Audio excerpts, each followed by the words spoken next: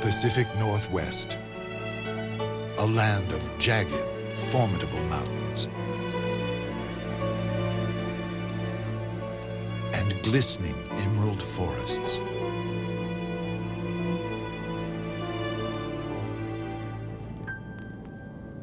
The rough edge of a continent, wrestling with the sea, resisting the tides with imposing stone sentinels.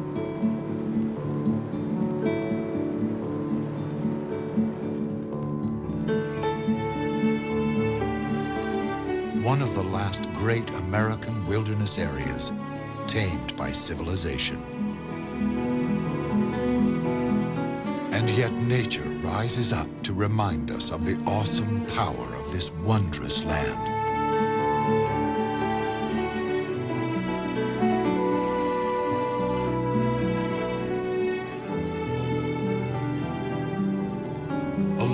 National Park is one of the most diverse wilderness areas in America.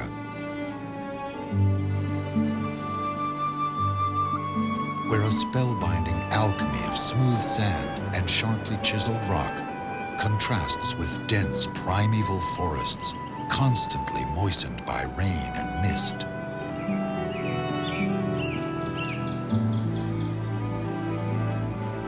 Across Puget Sound to the southeast stands the great sleeping giant, Mount Rainier, and the national park that bears its name.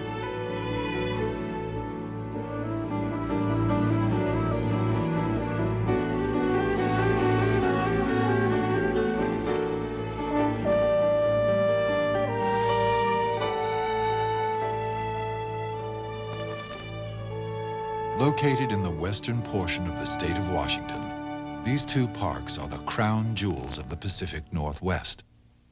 But despite their proximity, they offer remarkably different wilderness experiences. Mount Rainier is clearly the most impressive feature in the park. The mountain itself sits on more than 1/4 of the park's 368 square miles. On a clear day, Rainier's ethereal, otherworldly presence can be seen looming above the skyline of Seattle, some 60 miles away.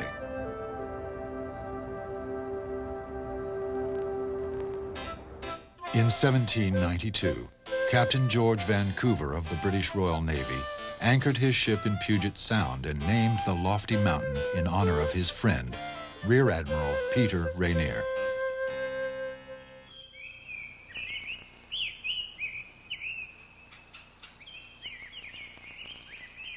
At 14,411 feet, Rainier towers almost 8,000 feet above the other peaks of the Cascade Range and is the 5th highest mountain in the continental United States.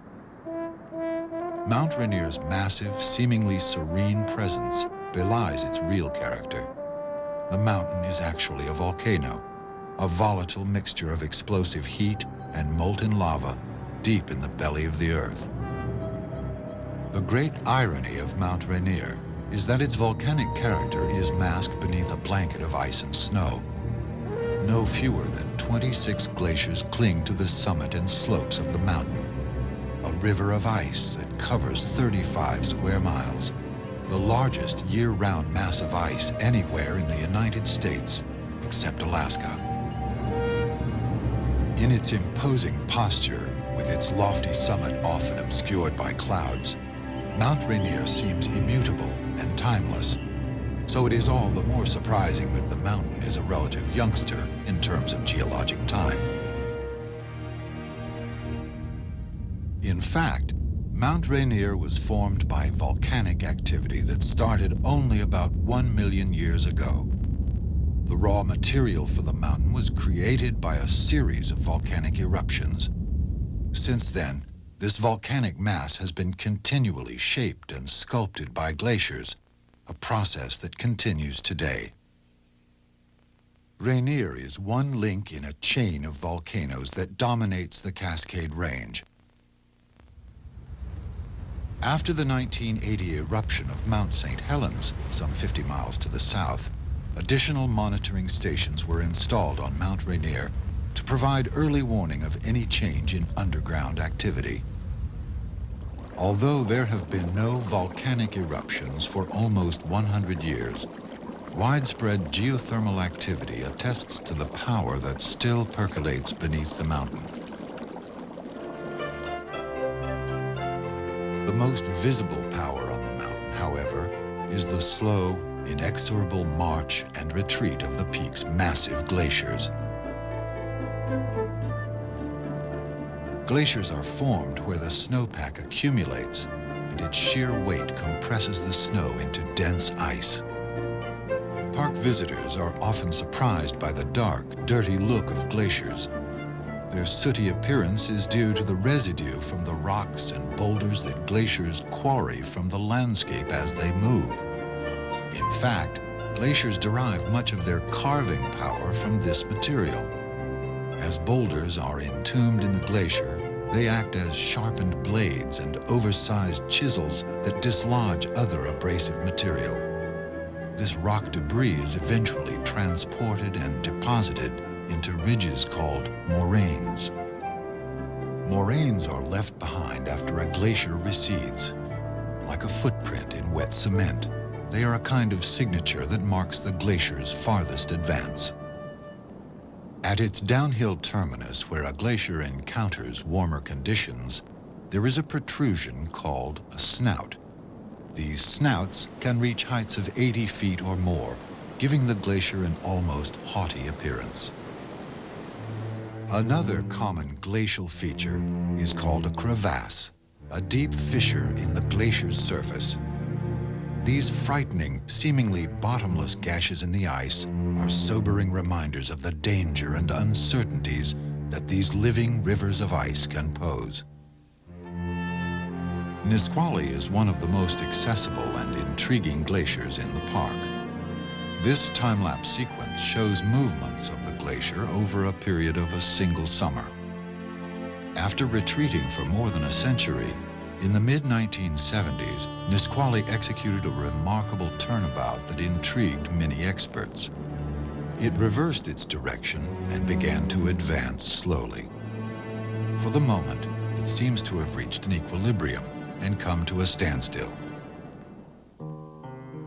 In Rainier, twin forces, volcanic heat and glacial cold, create yet another powerful phenomena. The volcanic fire inside the mountain constantly warms the fields of ice on the surface. This collision of opposites sometimes creates a natural event of staggering destructive potential.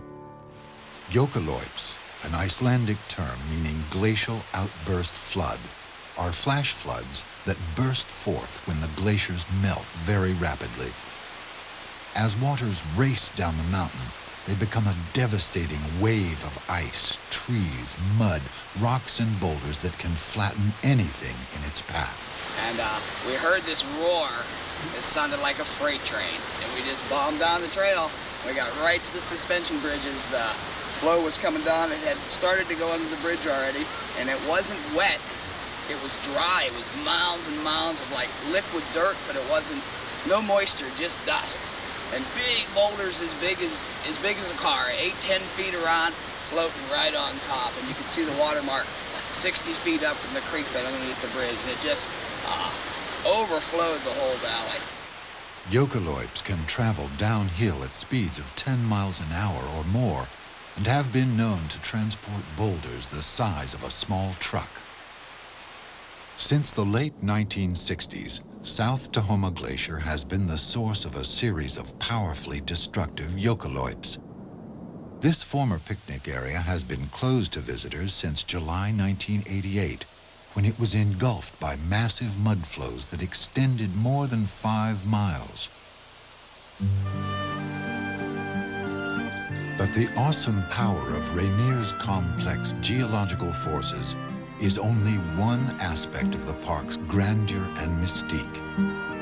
Below Rainier's imperial summit lie landscapes of breathtaking beauty, a profusion of flora and fauna, and a variety of sights, sounds, and experiences that make the entire park a national treasure.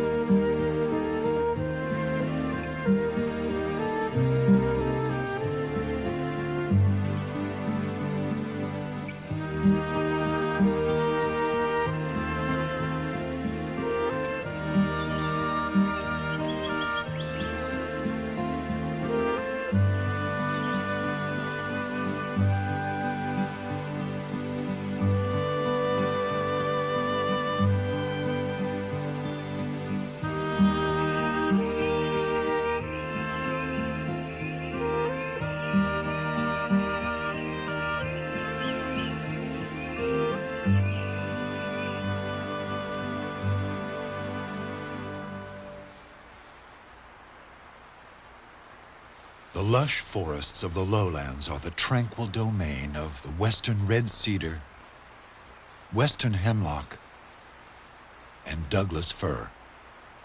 These noble trees can grow more than 250 feet high.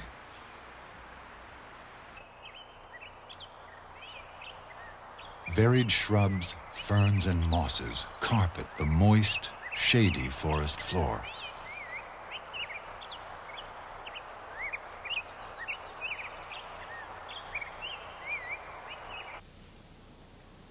Not far from the rich lowland forests is Longmire, site of an old mineral springs resort. It is named for James Longmire, who helped to pioneer a route across the Cascades. He was one of the homesteaders among a wave of immigrants who made their way to western Washington in the latter part of the 19th century.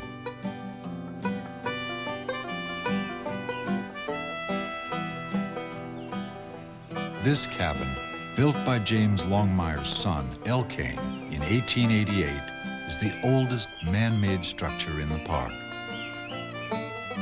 The road that leads from Longmire to the park's higher elevations was one of the first roads built in the national park. President William Howard Taft made the inaugural ride on it in 1911. Because the road was still rough and muddy, teams of horses were hidden along the way. They would emerge from the trees and pull the car over the worst spots, much to the amusement of the president. At elevations above 3,500 feet, the forests are noticeably less dense and the trees considerably smaller than in the lowlands. This change is the result of harsher conditions here: cold temperatures, strong winds, and a short growing season. The sound and visual delight of falling water is one of the great joys of Rainier. The elegant dance of water over rock is a constant reminder that Rainier is, after all, part of the mountain range of falling water, the Cascades.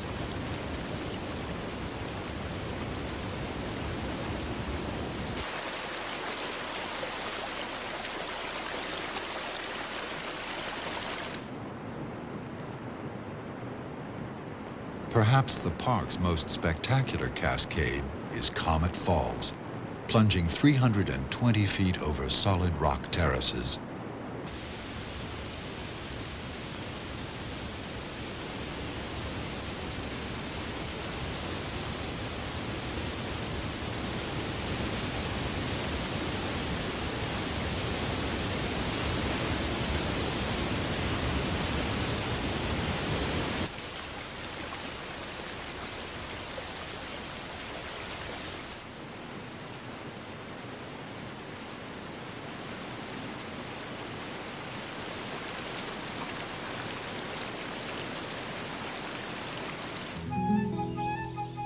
East of Comet Falls is one of the most beautiful areas in the park, aptly called Paradise. Here, at more than 5,000 feet, stands of mountain hemlock and subalpine fir give way to spectacular alpine meadows. The breathtaking beauty of this landscape makes it the most visited area of the park. When Elkane Longmire's wife Martha arrived in 1885, she was so moved by the magnificent vistas that she said, "It looks just like paradise." No one disagreed, and the name stuck. By 1896, stagecoach runs were bringing more and more visitors to Paradise, as well as to other areas of Mount Rainier. The rapid influx sparked an effort to preserve this remarkable wilderness. Local newspapers, supported by scientific and conservation organizations, led a concerted lobby for the creation of a national park. On March 2, 1899, President William McKinley signed a bill that established Mount Rainier as the country's 5th national park. Today, Paradise has never looked better. Luminous hillsides of blue lupin, blushing fields of Indian paintbrush,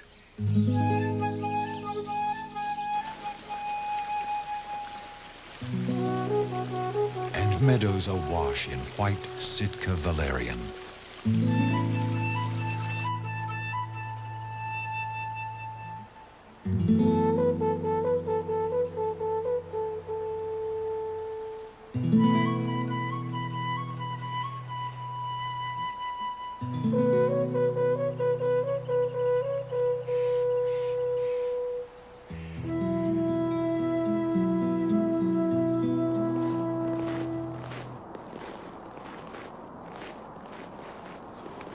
But if summer in paradise is intoxicating to the senses, it's also tantalizingly brief. For most of the year, the park is blanketed with snow. Rainier's long winters make the park an ideal retreat for people interested in snowbound recreation. And with the help of a knowledgeable national park ranger, a winter in Rainier also affords a unique learning experience for young people. Hi, welcome to Mount Rainier National Park. My name is Ron Warfield. I'm the Assistant Chief Park Naturalist here. I've been doing snowshoe walks now for almost 20 years. We're going to be looking at where snow comes from. In a school environment, students do not get a wilderness experience. So we bring the kids up here in groups to give them that wilderness experience that is fast becoming extinct in our culture, and try to give them the experience of nature in the environment under nature's terms, with the wind, with the rain, with the snow.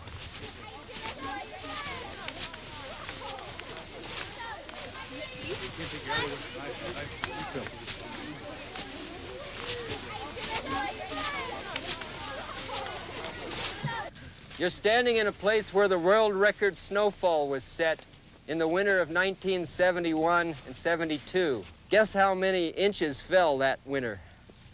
Any ideas? 93 feet. 93 feet. That's 1,122 inches. Is that right? 93 feet would be deep enough if it was all sitting on the ground and not packed down to bury all of these trees that you see around us. Most of these trees are less than 100 feet tall. It's particularly important for this generation to be in the wilderness because this may be the last generation in which we have wilderness as we know it. So this next generation has the responsibility to save what's left. And it's our generation's responsibility to show them how to do that. Look at this. Remember I was telling you about the cone and the cone scales. All of these fit together like little kernels on a corn cob. Just, you would eat them off in spirals, if you're weird like I am. Well, that's the same way the wind blows those off, and then those little seeds blow out of there, and that becomes the food then for the ptarmigans and the snowshoe hares. Okay.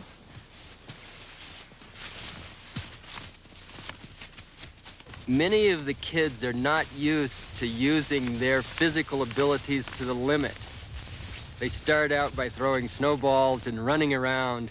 They're using their full capacity of their lungs and the full capacity of their legs to use that oxygen that their lungs are providing. We're at a higher altitude here too, of course, so that there's not as much oxygen as they're used to breathing. And by the time they're finished with the experience, they're exhausted. So that's an experience that most of them have not yet had, sitting in a classroom experience. Okay. Joy with the human beings is in sharing those wild, natural experiences. That, to me, is the real meaning of all of this, sharing that with people, but doing it in such a way that we don't destroy the very thing we've come to enjoy and try to understand. When the long winter finally gives way to spring, Rainier's diverse wonders become more accessible to visitors. Like many of our national parks, Rainier offers an excellent trail system that encourages visitors to experience the wilderness environment up close. The heart of Mount Rainier's complex of trails is the Wonderland Trail, a 93-mile circuit around the base of Mount Rainier.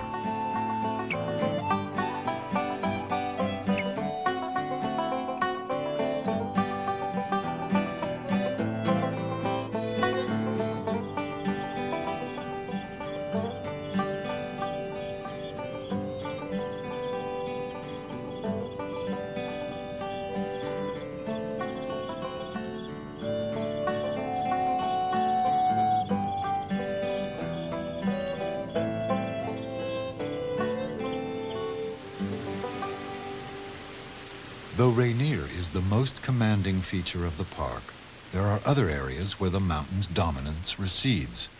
One of these is Box Canyon, a narrow river gorge more than 100 feet deep and only 15 to 30 feet wide.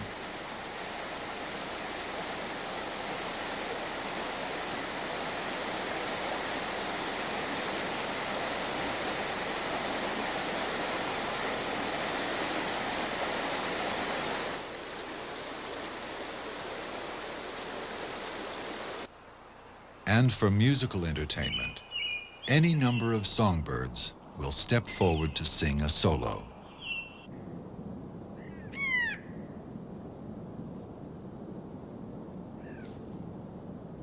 More than 140 species of birds have been identified at Mount Rainier.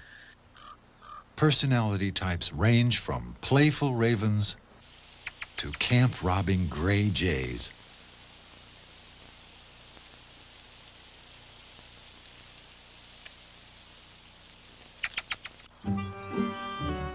Few campsite burglars dress more appropriately than the raccoon. These masked marauders usually hide near lakes or streams. For years, raccoons were thought to be fastidious eaters because of their habit of dipping food in water before eating. Other naturalists have speculated that raccoons lack salivary glands and wet their food in order to swallow it more easily.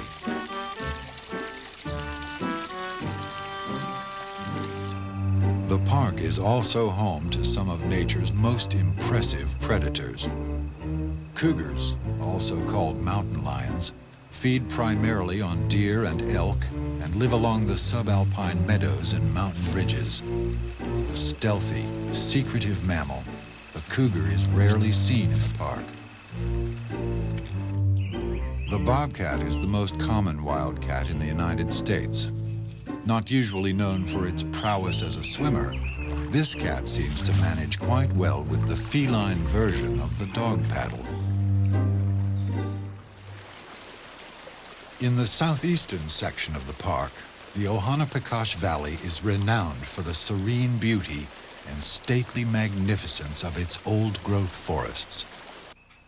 Old growth refers to ecosystems dominated by indigenous large conifers at least 250 years old. Such forests are characterized by multi-layered vegetation and by a profusion of both standing live trees and fallen dead trees.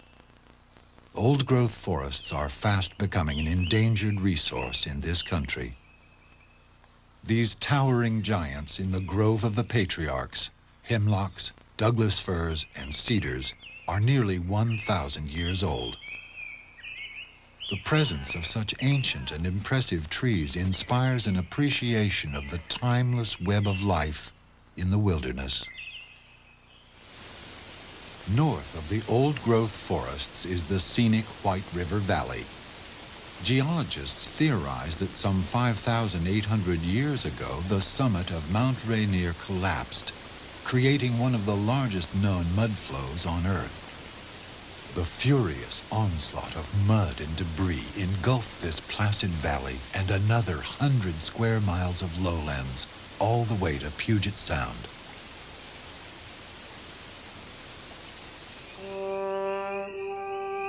Just north of the White River Valley, Sunrise Point offers what many consider the most spectacular view of Mount Rainier in the park. Northeast of the mountain, the Sunrise area receives much less precipitation than other parts of the park. As a result, this alpine meadow is dominated by forms of vegetation that require less moisture, such as the whitebark pine.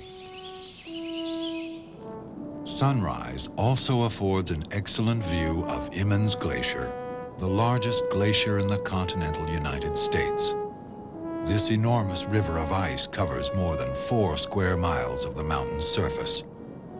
It has been estimated that the glacier contains almost 24 billion cubic feet of ice. Perhaps the ultimate park experience in Rainier is a climb to the summit. For more than a century, the peak has beckoned to those who respond to the call of the wilderness. Today, the climb can be accomplished by almost anyone, provided he or she is in good physical condition and has a real taste for adventure. Today we're going to cover an awful lot of things. One of the most important ones is probably how to use this ice axe. Everybody's been carrying it for the last half an hour or so to get out to the workout area. For the inexperienced climber, the 2-day, 18-mile trek up and back down the mountain is preceded by a 1-day training course at the Paradise Climbing School. Here, experienced instructors familiarize students with basic climbing techniques. The chances of falling this way are pretty slim, but should it occur, you want to know how to handle it. Look uphill, Erica. You want to plant that ice axe as far up the hill as you can and look at the head of the axe. Great, good job. Excellent stop. Basically what we're looking at today, folks, is about a 4 to 5 hour climb up to Camp Muir. The following morning, the group assembles to begin the ascent. We've received a radio call from Camp Muir just about half an hour ago, and the weather report is winds are gusting 40 to 50 miles an hour at Camp Muir. The cloud layer is in at about 8,500 feet, so it looks like we're going to be in it for a while. Hopefully we'll punch through and be looking over the tops of these clouds. Okay, well, if we're all set, let's shoulder the packs and head on up. As the climbers begin, they are following in the footsteps of some earlier adventurers. After several attempts on the summit in the 1850s and 60s fell short of the goal, the first successful climb was made by Hazard Stevens and Philemon Beecher Van Trump in 1870. They were led to the base of the peak by a Yakima Indian named Sluiskin, but he refused to continue the climb.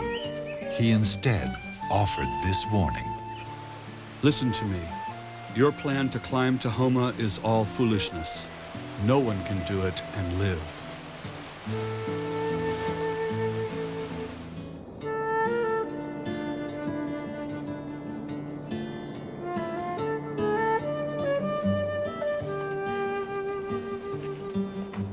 Despite Sluiskin's dire prediction, Stevens and Van Trump pressed on to become the first to carve their names into history.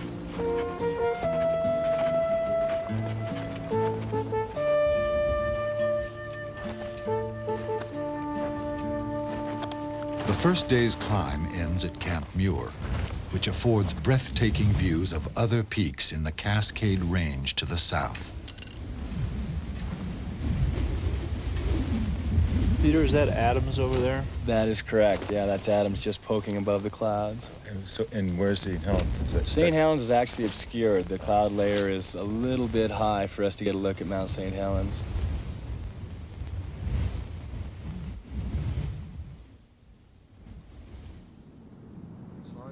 The climbers make an early camp in preparation for their pre-dawn assault on the summit. Camp Muir has long been a way station for climbers of Mount Rainier. In 1890, schoolteacher and journalist Fay Fuller stayed here the night before she became the first woman to reach the summit. She later wrote of her experience. Now I am satisfied. I accomplished what I have always dreamed of and feared impossible. The final climb to the summit begins in the chilly pre-dawn hours. An early departure is needed to assure enough time to reach the top and still be able to complete the day-long descent. The last stretch of the climb is always the hardest. Bones and muscles ache, the air is thin, and each slow, arduous step requires maximum effort and concentration. It really tested me, a lot more than I expected. I had to dig down deep and look for something extra that I wasn't sure was there. But it was, and I feel great. Taking on this kind of challenge really changes you. It's not really like anything else I've ever done. It's really hard, and it's really incredible. Even though we climbed as a group, I think this is a very personal experience. It's not so much between you and the mountain as it is between you and yourself. After nearly 10,000 feet of climbing, through howling winds, bitter cold, and treacherous terrain, the climbers achieve the summit. They have met the challenge of the great mountain, and now the mountain gives its very special reward, a sunrise at the top of the world. All right. All right. Yeah.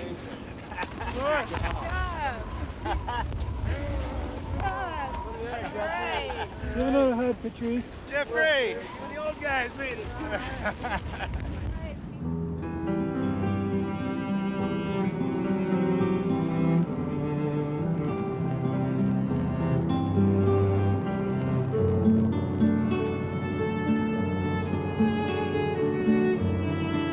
Those who climb Mount Rainier become part of an elite group of adventurers, people who have pushed themselves to the limit in order to experience nature in its pure, undisturbed state. John Muir, the father of the American conservation movement, was also a member of this elite group. After reaching Rainier's summit in 1888, he wrote, "Of all the fire mountains which, like beacons, once blazed along the Pacific coast, Mount Rainier is the noblest."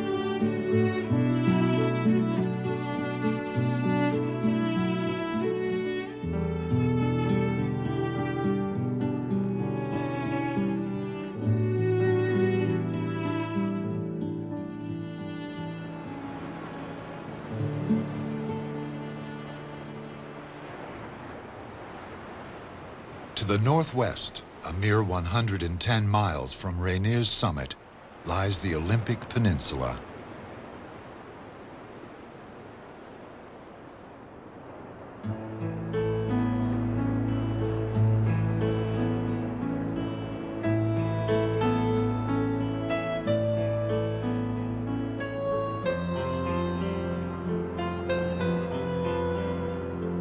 The last frontier of the great Pacific Northwest.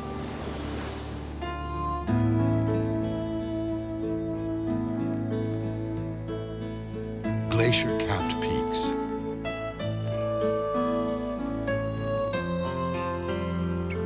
alpine meadows, boldly carved river valleys, lush virgin rainforests, and unspoiled ocean beaches teeming with marine life.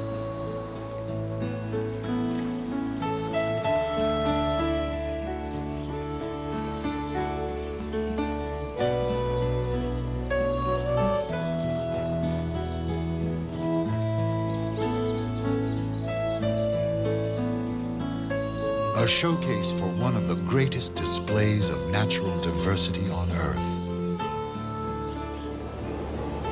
Formidable and magnificent.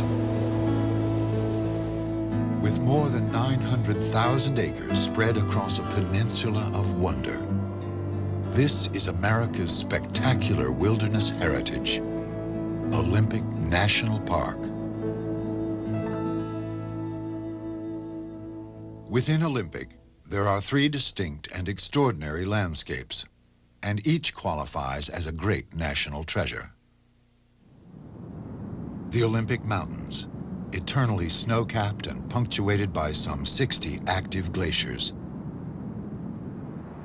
A rainforest as green and dense as an Amazon jungle.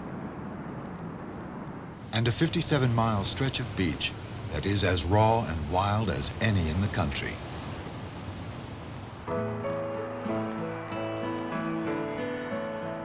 Like Mount Rainier, the Olympic Mountains block moist air masses that blow in from the Pacific.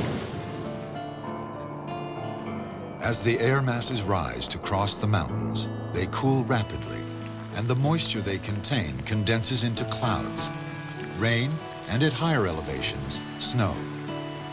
As a result, the western slopes of the Olympics receive as much as 145 inches of precipitation annually, more than any other place in the contiguous 48 states.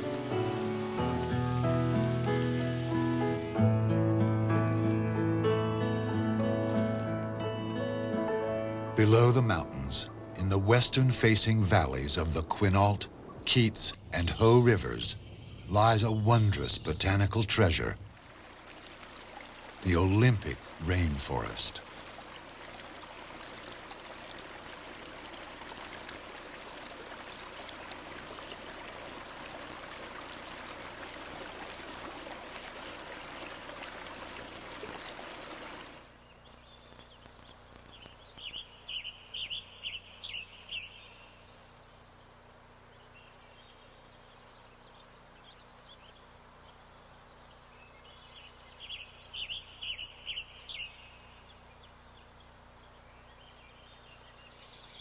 The climatic conditions needed to create a temperate rainforest, a mild coastal climate, heavy summer fog, and a very generous rainfall are extremely rare.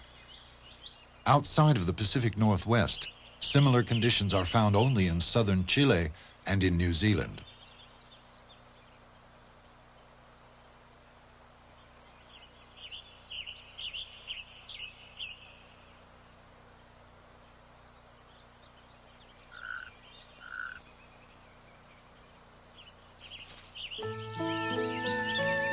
The Hall of Mosses Trail in the Hoh Rainforest offers an extraordinary glimpse into this lush universe of green.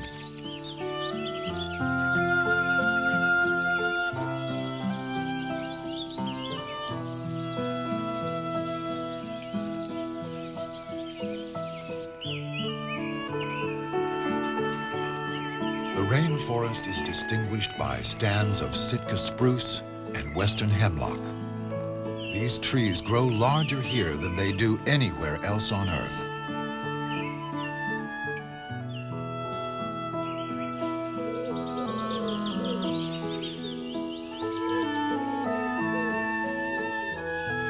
Sitka spruce are joined by a host of other cone-bearing giants, including the massive western red cedar with its distinctively colored bark and pleasing aroma. Beneath this cathedral-like splendor, maples spread a lacy canopy. Due to the abundant moisture, these huge trees do not grow deep roots. Strong winds can topple them. Once a fallen tree begins to decay, it is called a nurse log. It supports seedlings that would otherwise have difficulty germinating on the fern and moss-covered forest floor.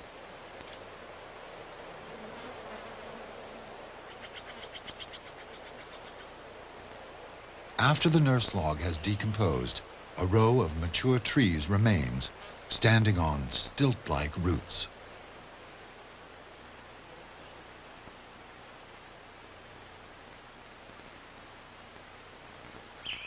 The rainforest is typified by high concentrations of plants and by intense competition for space.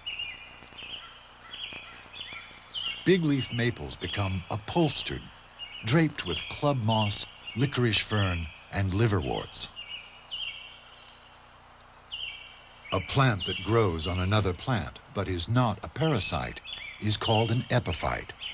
They are not harmful to the tree unless too many crowd on a branch and their sheer weight breaks the limb. In the rainforest, more than 90 species of epiphytes grow in profusion. The lush greenery of the rainforest also attracts its share of wildlife. The Columbian black-tailed deer is the smallest type of North American mule deer. Although seemingly tame and approachable, when startled or frightened, the deer can strike severe blows with their sharp hooves. Black-tailed deer are vegetarians and feed on a wide variety of greenery.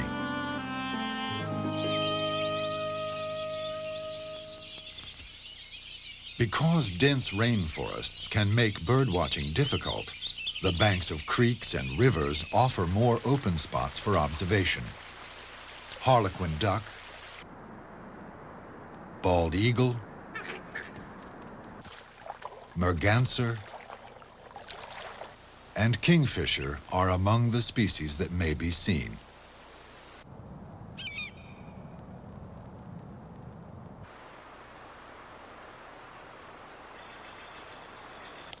The great blue heron can often be seen wading in the waters of Olympic. This large, elegant bird remains motionless for long moments until its bill whips into the water, emerging with the catch of the day. River otters are common in the ocean and rivers of Olympic. Their playful antics belie the fact that they voraciously prey upon fish and other small animals.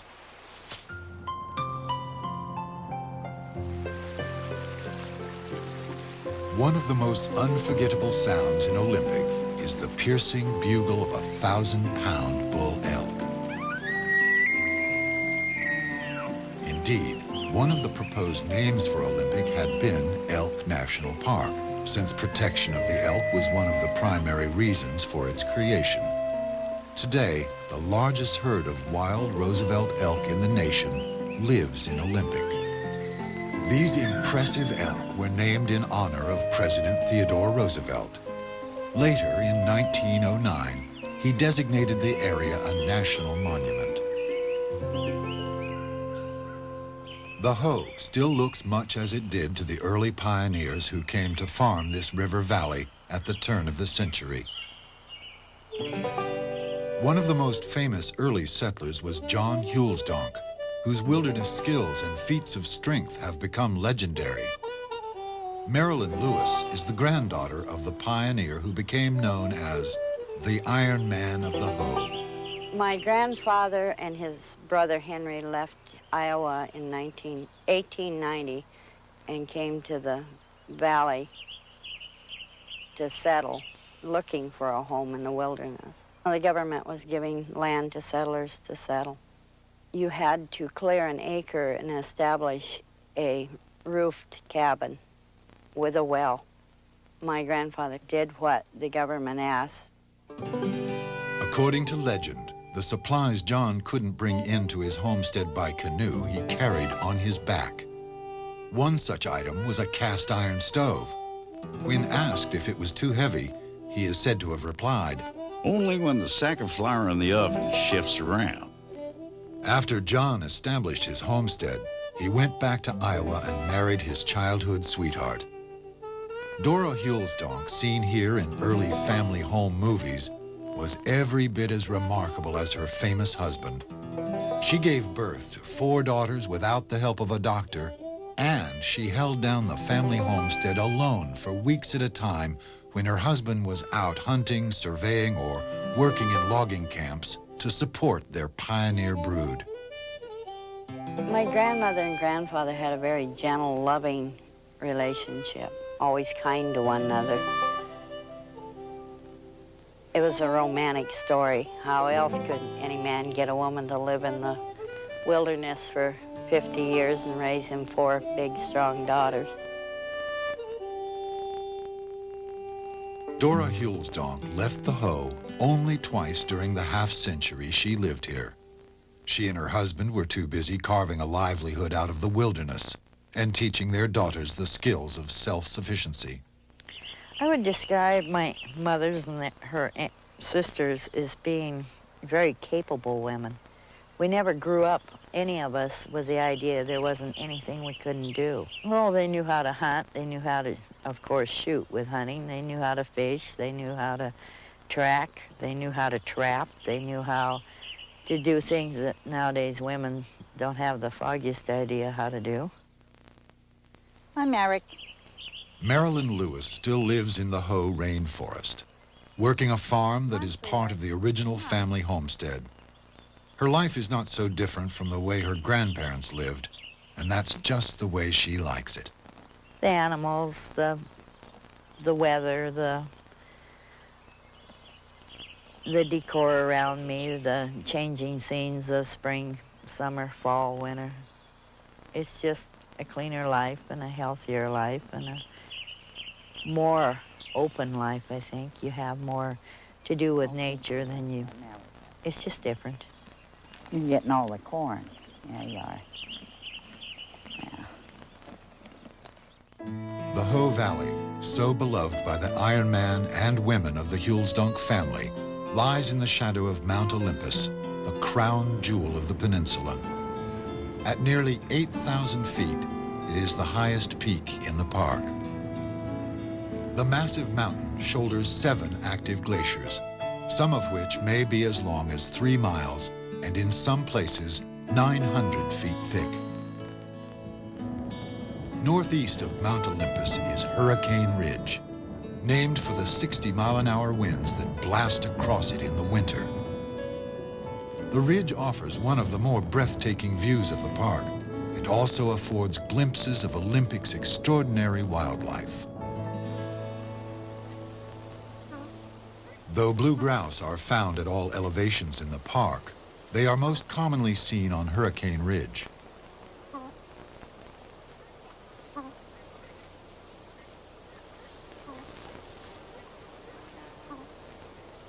In other parts of the American West, including Mount Rainier, black bears may sport either black or brown coats.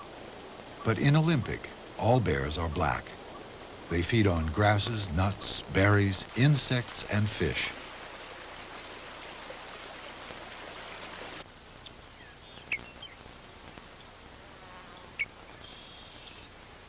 When smaller animals forage for food, they must also be wary of large animals hunting for their own dinner.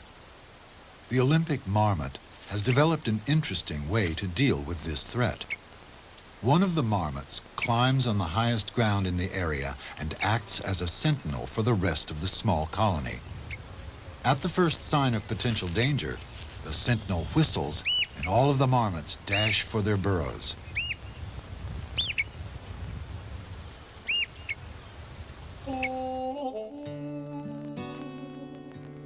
Despite the unique natural diversity of the Olympic area, Washington State's powerful logging and mining industries fiercely resisted the idea of establishing a national park on the peninsula.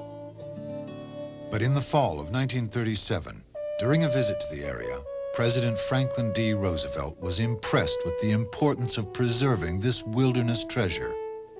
At his urging on June 16, 1938, Congress changed Olympic's status from National Monument to National Park. Among the many attractions that impressed President Roosevelt was Lake Crescent. Lying at the base of Storm King Mountain, among the giant fir and hemlock trees near the northern edge of the park, this gem of the Olympics has been both a popular resort and an idyllic retreat since the 1890s. The trails around the lake reveal a fragile, pastoral beauty. Nearby at Marinere Falls, a 90-foot cascade mesmerizes passers-by.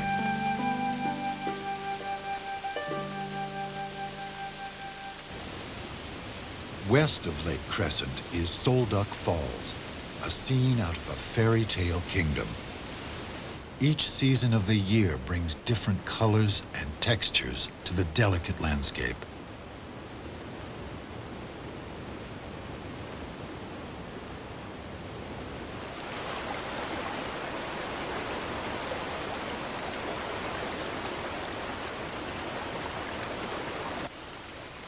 Because of the dense vegetation and jagged mountains, many of Olympic's treasures, such as Solduck Falls, remained undiscovered by European explorers for centuries. In 1788, Captain John Meares of the Royal British Navy sailed along the coast and glimpsed the crown of these massive mountains. In his ship's log, he recorded, "If that be not the home where dwell the gods, it is beautiful enough to be, and I therefore call it Mount Olympus." Because of the isolation of the Olympic range, superstitions arose and the mountains were thought to be haunted. Madmen were said to live up there. In 1889, a newspaper, the Seattle Press, sponsored an expedition to explore the Olympic Mountains. For 6 months, during one of the most severe winters on record, the brave members of the press expedition completed the first well-documented north-south crossing of the mountains. Today, that same trip takes only 4 or 5 days. As if a verdant rainforest and a bold mountain range weren't enough natural bounty for one peninsula, the river valleys of the Olympic National Park also lead to one of the most dramatic stretches of wilderness coast on the continent. The wild, raw beauty of the Olympic seashore camouflages delicately balanced ecosystems, complex, fragile, and precious. At first glance, Rialto Beach is a stark, almost primordial landscape. Giant, uprooted trees, bleached by the sun, stripped and polished smooth by the sea, lie like ancient skeletons in a timeless graveyard. Fierce winds can whip the waves into destructive walls of water. The relentless onslaught of the sea hammers out a striking tableau. Massive rocks rise from the water like ravaged fortresses. These sea stacks were once part of the landmass, but as waves chiseled away the softer stone, only the harder, more resistant cores remained. The gravitational pull of the moon and the daily rotation of the Earth combine to produce tides of extraordinary intensity. Often, tide pool inhabitants must endure continuous cycles of hot sun and pounding surf, followed by submersion in cold salt water.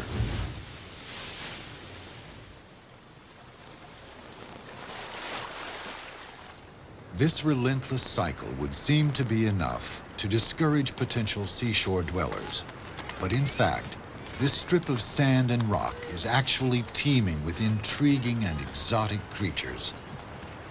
Carrie Jones is a park ranger who guides groups on walks along the shore to explore the subtle and often overlooked wonders of this remarkable environment. This is a wonderful rock here. It's completely covered with life. It's a wonderful example of how life crowds into the intertidal area. They're all competing for resources here, food, and just a place to live. So here we have the sea stars. The orange ones and purple ones and reddish ones. They're all the same species, the ochre sea star, Pysester ocraceus. Nobody really knows why they're different colors. It's just like people have different hair. It seems to be no particular advantage or disadvantage to being one color over the other. We have one here you can feel. I'll pass it around in a minute. It's got its skeleton on the outside. It's hard. It has its tube feet. You can see these little feet. They move slowly around. They're searching for something to grip onto now that it's been taken off of its home. It has a mouth in the center underneath. Now here's the question of the day. We look at the rocks, and you see that they're all covered with bits and pieces of plant matter and barnacles, all sorts of encrusting things. And the sea star moves very slowly. How can it keep itself so clean? It has on its back small pinching devices.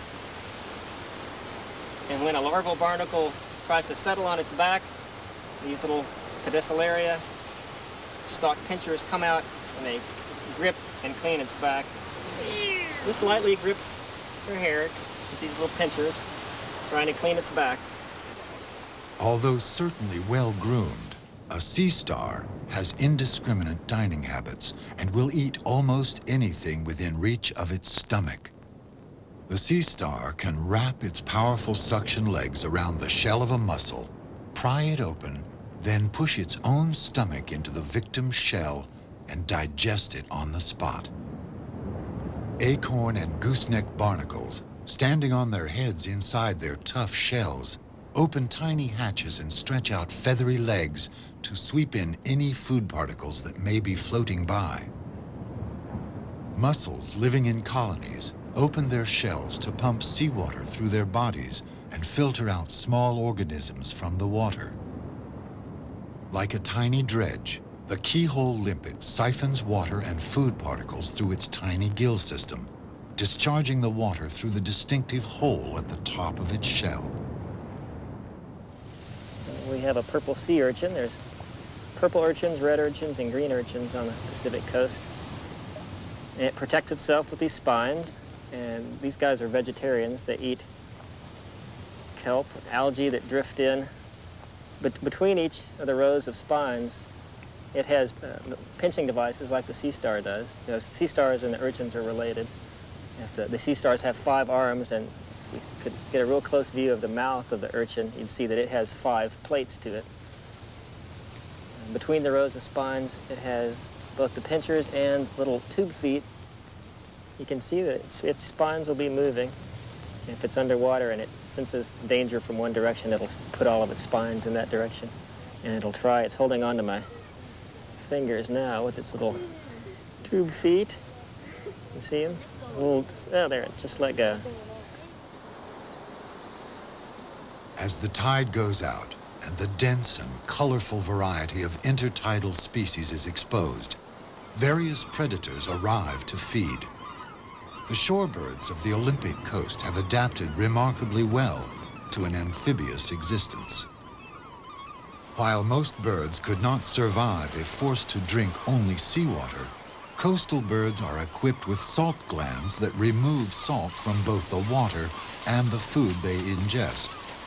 Some, such as the oystercatcher, have a beak shaped like a double-edged knife for opening shells. The cormorant and the pelican fold their wings against their body when they dive in search of food. Both birds are powerful swimmers with excellent underwater vision. The waters of the Olympic shore also teem with marine mammals. Although these harbor seals are year-round residents, there are also temporary visitors, including sea lions, dolphins, and whales.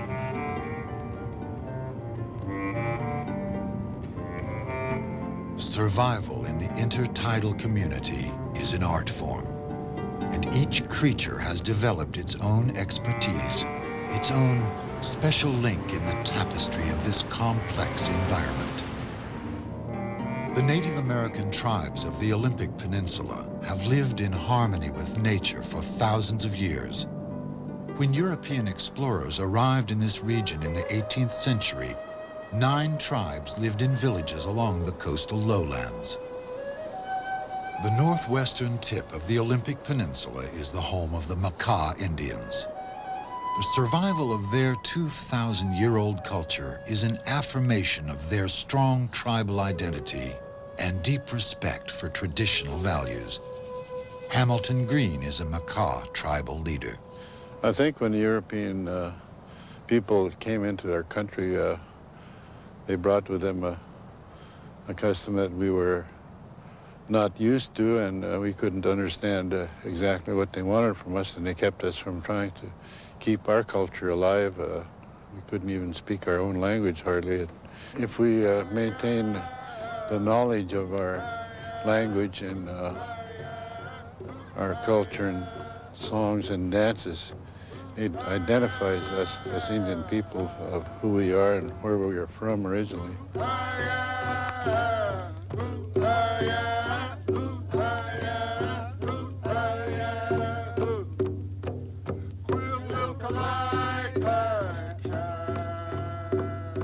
We have in our culture a salmon bake, which we roast by the fire on cedar sticks, and it's tied up in a manner that it will not fall off the stick, and it's fresh fish that we use, and it's baked for an hour on each side. And when you eat that kind of a fish, you know that you can't help but be happy.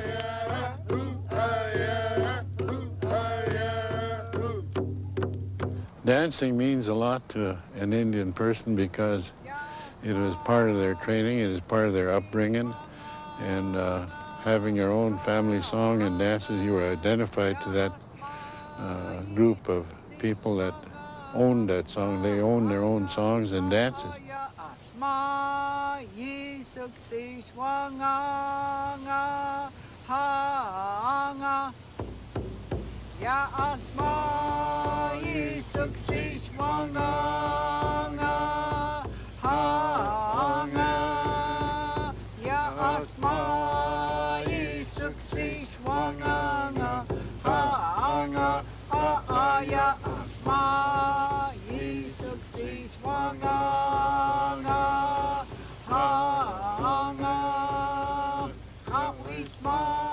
These songs and dances are created by the ancestors a long time ago when they would be training for being a whale hunter or a seal hunter or a fisherman. They would have to go up in the mountains to pray and fast, and they would be there for days maybe, and then maybe when they returned with that power to be a whale hunter, they would have a song to go with it and a dance, and that would be their identity for life.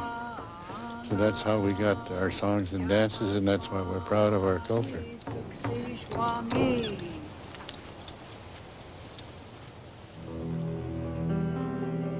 From ancient native cultures to enduring wonders, Mount Rainier and Olympic offer a remarkably diverse wilderness experience.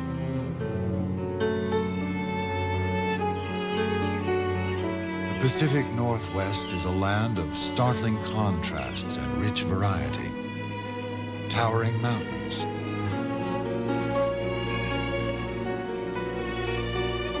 lush rainforests, windswept beaches. A majestic, snow-covered mountain that holds within its belly awesome powers of creation and destruction. There are landscapes here to challenge the body and soothe the soul. From the jagged magnificence of the lofty peaks to the exquisite serenity of paradise. Mount Rainier and Olympic, timeless treasures of the Pacific Northwest.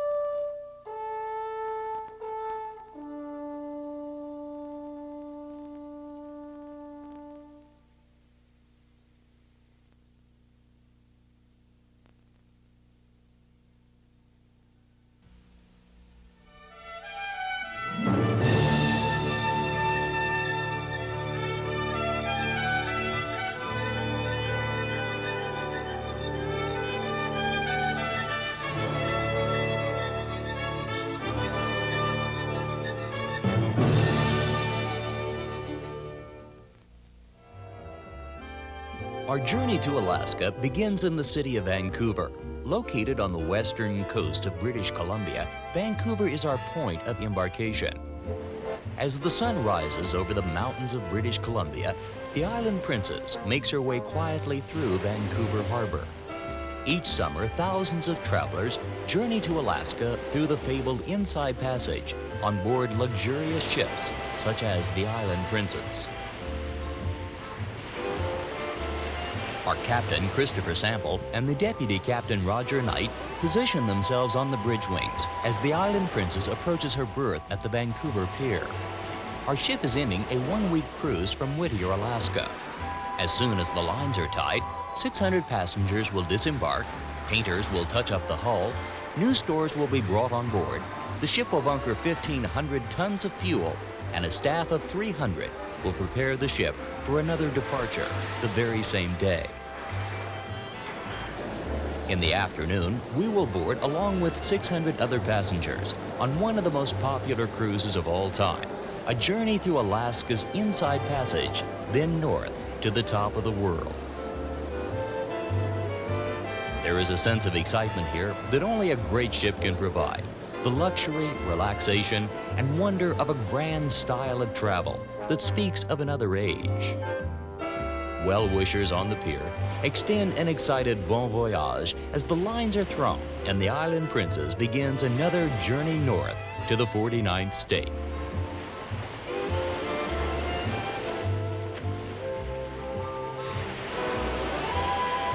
Our ship sails through the Vancouver Harbor toward the open sea.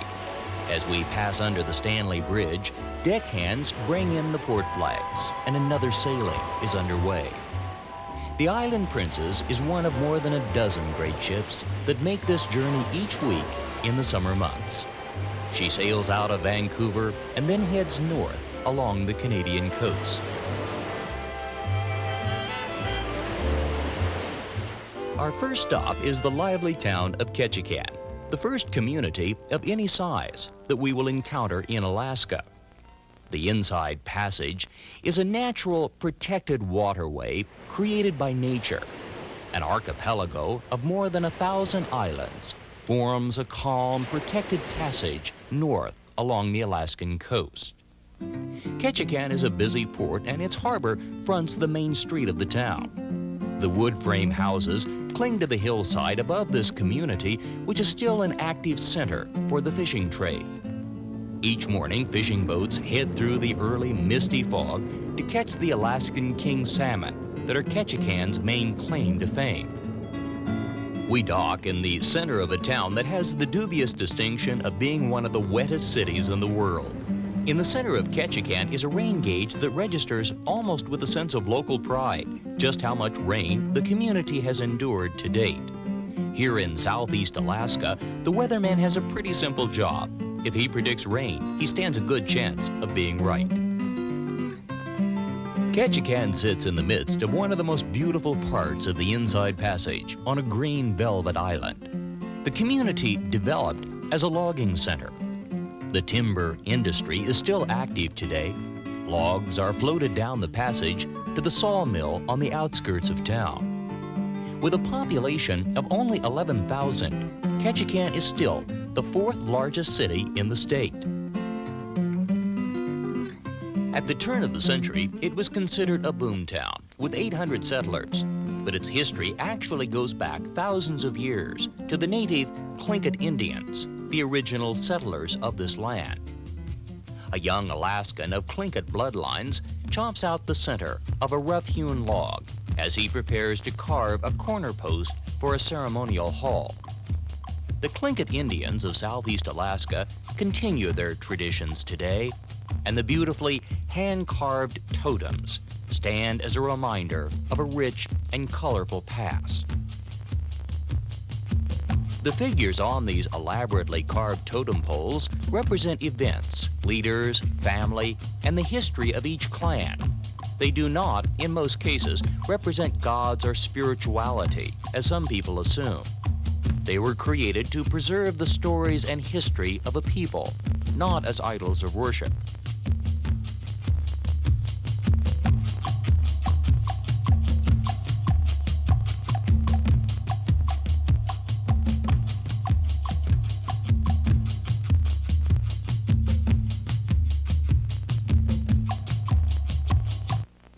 Because Ketchikan is on an island, roads are rare. This is the land of the small private plane. Float planes take off and land on runways of water, providing accessibility to a vast and pristine land. Misty Fjords National Monument lies to the east of Ketchikan. It is a wonderland of 2 million protected acres and a paradise for sportsmen and tourists alike. It is accessible only by air. Temsco Aviation of Ketchikan is going to take us into this wilderness region. After circling the mountains, our pilot lands our plane in the middle of a quiet lake. Each day, Temsco flies in fishermen early in the day and returns before sunset to take them out again. The experience is typically Alaskan, quiet, beautiful, and one of many shore excursions available to passengers from ships sailing the Inside Passage. With the gear, the passengers, and the catch aboard, the plane takes off out over the lake, soaring into the sky above the misty fjords of this beautiful land.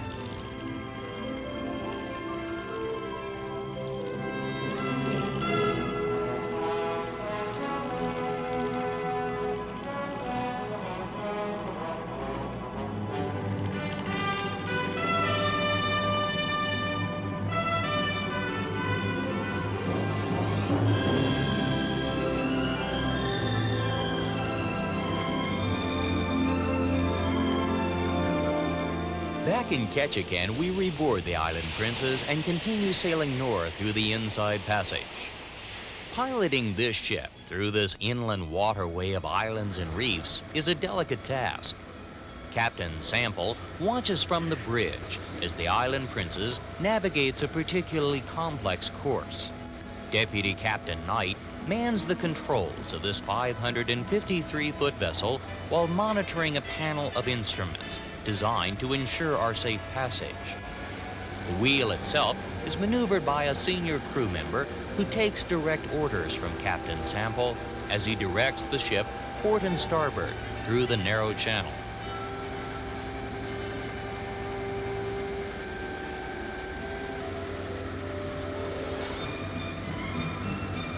The job of our navigator, Graham Goodway, is very complex in this part of the world. Unlike Mexico, the Mediterranean, and much of the Caribbean, where a ship can steam for hours on one course heading, these waters are far more complex, filled with hidden reefs, rising and falling tides, swift currents, and other navigational hazards that require complex and precise navigation. P&O Lines has maintained one of the best safety records of any shipping line afloat. Tied in with safety is the radio room. It is the chief radio officer's duty to make sure the ship is in constant contact with other vessels nearby and to monitor the ship's exact position. When he isn't busy doing priority ship business, he'll put your personal phone call through. Passengers can call anywhere in the world through the satellite link. All of this and more is a part of the behind-the-scenes world of a luxury liner, whether sailing the high seas or the protected waters of the Alaskan coast. The weather is very changeable in the Inside Passage.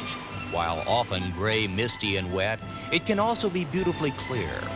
Warm summer days with bright sunshine reflecting off the calm, peaceful waters are common on part of any cruise north.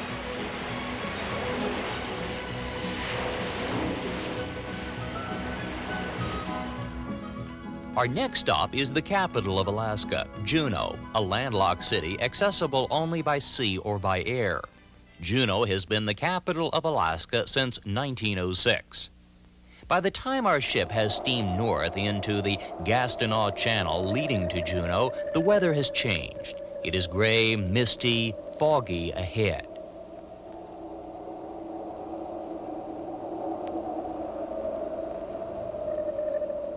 Juneau is perched on a shelf between massive mountains to the east and a deep water channel to the west. Today, the town will host thousands of cruise passengers as 4 different ships tie up or anchor off this remote spot. The Island Princess crew works quickly to make the lines fast. Huge power winches pull the massive hemp lines in the delicate operation required to dock the ship. And today we're greeted by Juneau's mascot, the Alaskan smiling bear, ready to pose for a photo and then send you on your way. The main street of Juneau is a reminder of Alaska's mining days. From the turn of the century until 1944, 3 different mining companies took $158 million in gold from the creeks and valleys around the town. Today, the local economy is split between federal and state payrolls, some fishing, and the cruise ship trade. And the local delicacy is not some exotic creature of the wild, but fudge. The Alaskan Fudge Company on Franklin Street does a booming business when the cruise ships are in. Here, the fudge is made the old-fashioned way, cooked and simmered, then spread out on marble slabs and turned with a huge spatula until it has cooled and set, ready for you to eat. Juneau was built on hills, and the town seems to go straight up. Old wooden homes speak of a time when this was a boom town built on the prosperity of gold. Wooden stairways cover the hills and still provide the primary access down into the center of town. This is a city that will give you a workout. There is no need for an aerobics class here. A simple walk home will do. Juneau is the state capital, and the simplicity of the Capitol building reflects the fact that when it was built, Alaska was a territory, not a state. The governor's mansion is just around the corner. It is elegant and grand, particularly for Alaska. But this is no ordinary state capital. Not only are there no roads in or out, a huge glacier abuts the backside of town.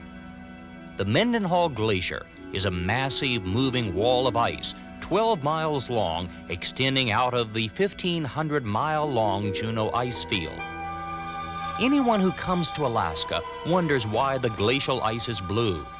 The reason is the density of the ice. The ice is so compact, so solid, that it refracts the light, separating and reflecting back the blue, while absorbing all other color wavelengths. The intensity of the blue varies according to the density of the ice.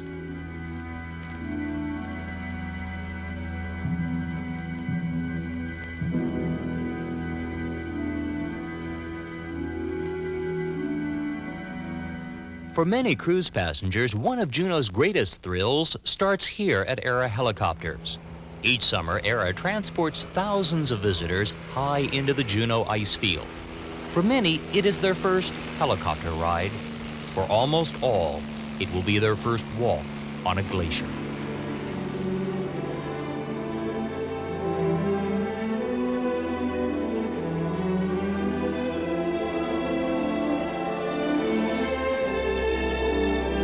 This is one of the great travel experiences of North America. Moments after takeoff, we are soaring out over one of the largest ice fields on Earth as we enter a land of eternal snow.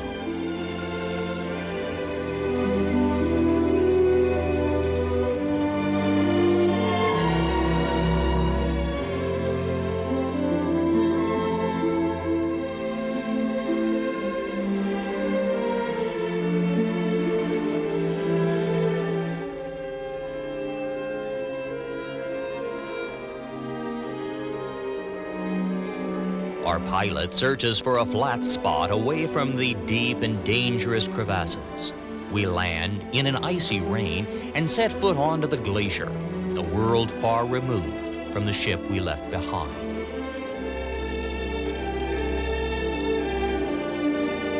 Glacial melt pours deep into the dangerous icy tunnels, reflecting a rich indigo blue.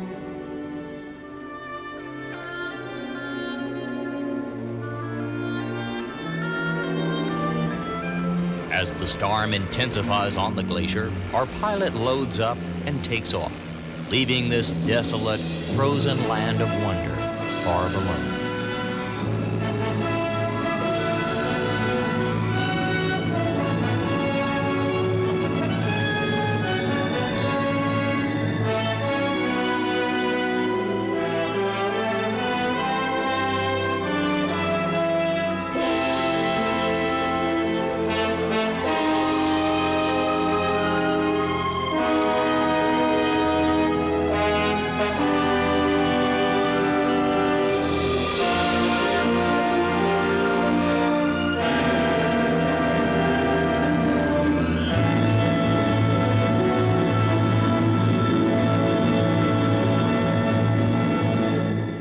From Juneau, we steam north to one of Alaska's most amazing attractions, Glacier Bay.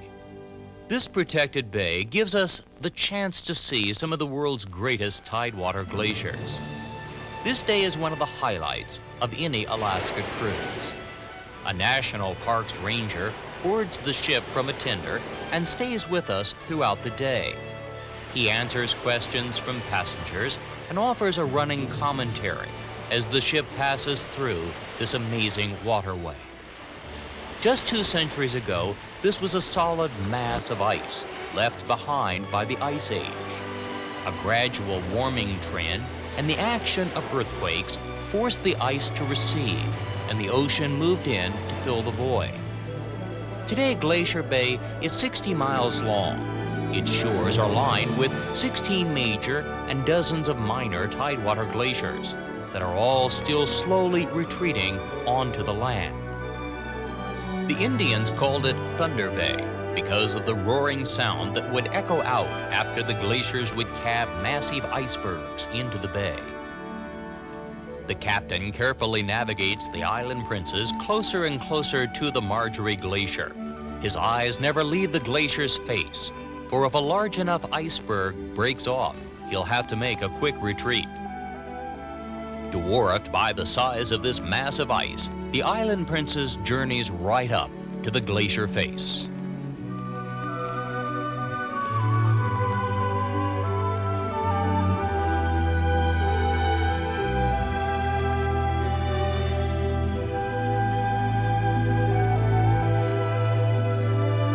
Passengers scan the snow-covered wall and listen for the creaking sounds, then point and watch as the glaciers cab into the sea.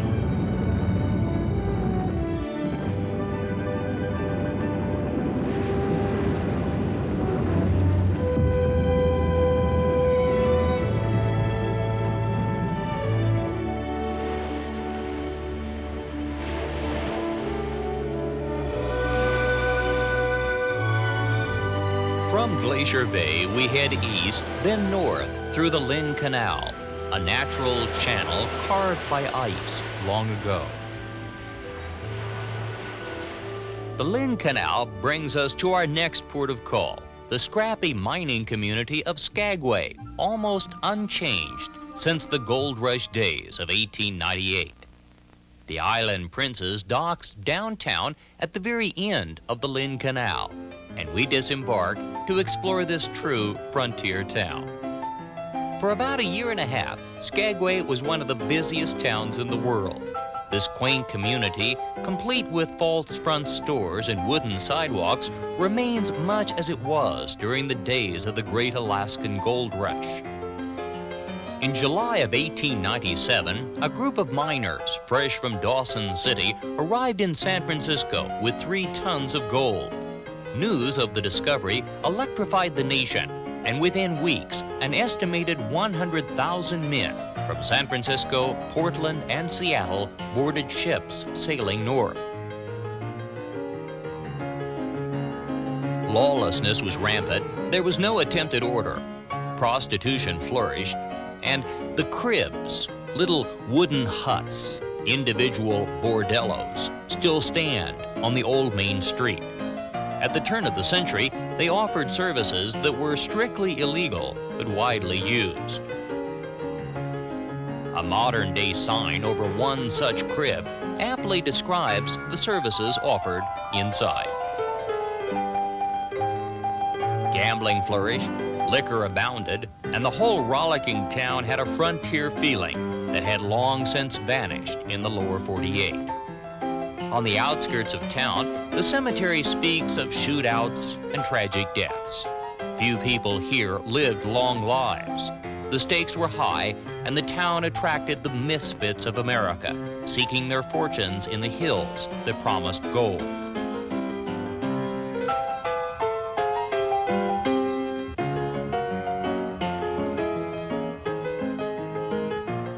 This was the town of gold, and also the town of steam. The White Pass and Yukon Railroad still operates under the power of steam. The train pulls up next to the Island Princess. So let's board the train and set out on a true journey back in time.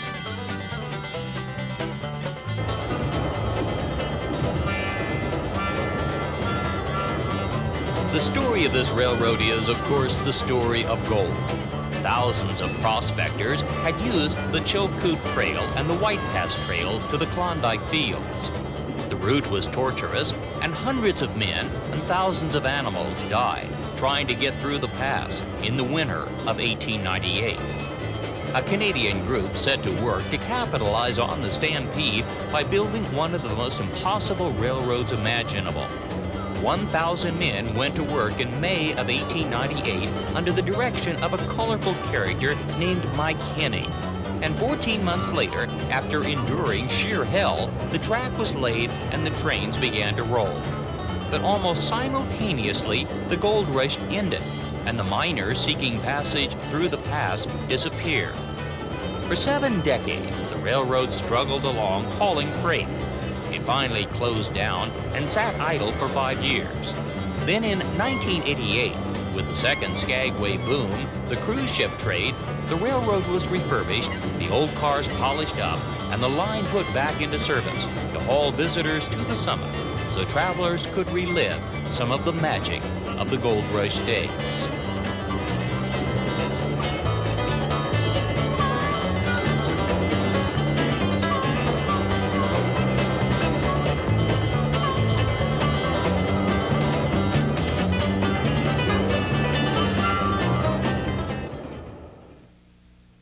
From the train, we now return to the ship. The Island Princess is preparing to sail south and west toward the open sea. We are leaving the protected waters of the Inside Passage and heading toward the Gulf of Alaska. The serenity of this waterway gives way to the rolling seas as we sail alongside spectacular snow-covered mountains that rise up from the shore. In the night, the waves build as the Island Princess heads west across the Gulf. But the following morning, all is peaceful and calm. The seas are glassy, and crew members open up the ship. During the night, the seas necessitated battening down the bow area by installing heavy metal covers over the large open windows. This morning, these will be removed and stored until needed again. The Island Princess carries 600 passengers and a crew of 300. The staff is comprised of many nationalities: British, Italian, Filipino, Portuguese, and American. Maintaining a great ocean liner requires many different skills. Engine workers, safety engineers, manifest officers, provisioning agents are all a part of the onboard team that keeps a great liner afloat. A ship is really a floating hotel, requiring the same personnel that you would find in a fine resort. Shore excursions are a part of any cruise. Dennis Daughters is the shore excursion manager and will oversee dozens of different excursions for the passengers. The photo shop is a part of any ship at sea. Onboard photographers take hundreds of photographs of passengers both on and off the ship. Within a few hours, the photographs are on display. Ships also offer shopping on board. International law allows duty-free shopping while the ship is at sea, and ships offer an interesting array of merchandise. The Island Princess offers a wide variety of cabins. The cabin that you see here is a typical medium-grade cabin designed for efficient use by travelers at sea. A daily newspaper, the Satellite World News, will keep you in touch with current events. But some of the real magic of any cruise happens in the galleys below. Executive Chef Pietro Ruffo is a veteran of great ships and is a master of preparing lavish meals. The Island Princess prides itself on fine continental cuisine. The staff is from Italy, and their talented skills make for fine dining. Everything must be prepared on board. Fresh bread is baked daily, and pastry workers prepare desserts that would delight a king. Of all of the dishes and meals prepared at sea, nothing rivals the desserts. Here in the pastry kitchen, chefs can produce anything your heart desires. Cakes, pies, torts, puffs, and creams come out of the ovens each day. Personally inscribed cakes are prepared for passengers celebrating birthdays and anniversaries.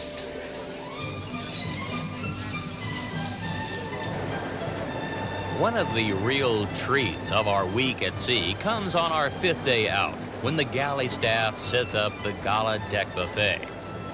Today, as we sail across the Gulf of Alaska, lunch is served on the open decks under clear blue skies. The main courses and side dishes are really only an excuse, a momentary diversion, for the real reason for showing up here, the dessert buffet. A spectacle worthy of a dieter's worst nightmare is a table laid out with the most incredible array of calorie-laden joy anyone could possibly imagine.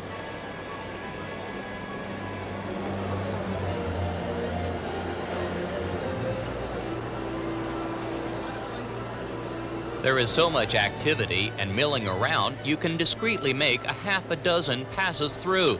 No one will notice except the staff who, like diet saboteurs, eagerly encourage you to do just that.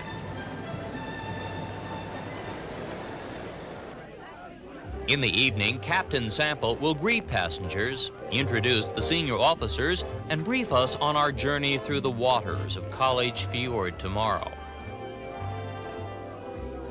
And after the captain's cocktail party, passengers begin their night at sea. The dining room opens for dinner after dark, and elegantly attired passengers enjoy wonderfully leisurely dinners at sea. After dinner, passengers can participate in a wide variety of activities. Some will head to the casino to try their luck. The ship offers roulette, blackjack, dice, and slot machines. And if you have the common sense not to lose too much, or the brilliance to quit while you're ahead, it can be fun and a part of the entertainment at sea.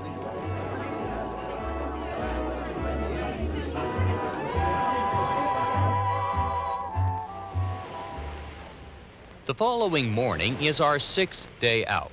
The Island Princess is completing her journey across the Gulf of Alaska, and will soon begin one of the most interesting experiences offered by the Alaska cruise, sailing through College Fjord. Tucked into the south-central coast of Alaska, College Fjord is a part of Prince William Sound, an ecologically sensitive area brought to public attention by the Exxon Valdez oil spill. Today, nature has healed most of those wounds, and few signs of those fateful days remain. The public furor that the spill aroused becomes more understandable as you sail up this sound. This is one of the most spectacular pageants of glacial ice anywhere on Earth. Dozens of glaciers tumble down into the sea. Each is named for a famous institution of higher learning, thus the name College Fjord. The size and scope of this land is almost beyond comprehension. Ice millions of years old, retreating, advancing, slowly shaping and reforming the face of the Earth.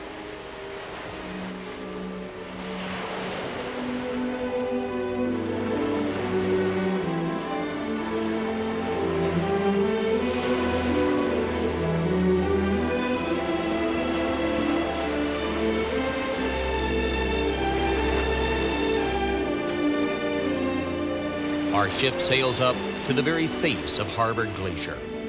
We lie off of the ice, waiting quietly for nature to perform.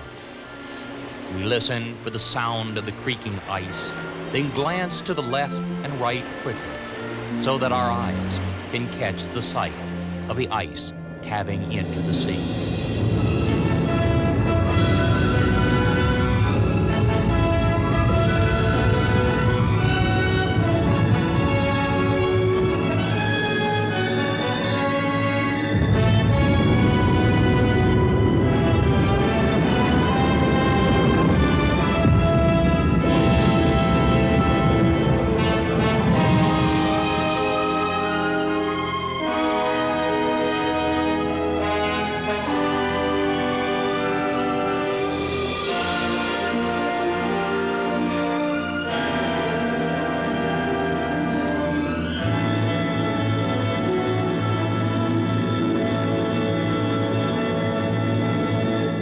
The Great Alaska Cruise is one of the world's most memorable travel experiences, enjoyed each year by thousands of people who sail north on great ships like the Island Princess to Alaska, America's Northern Star.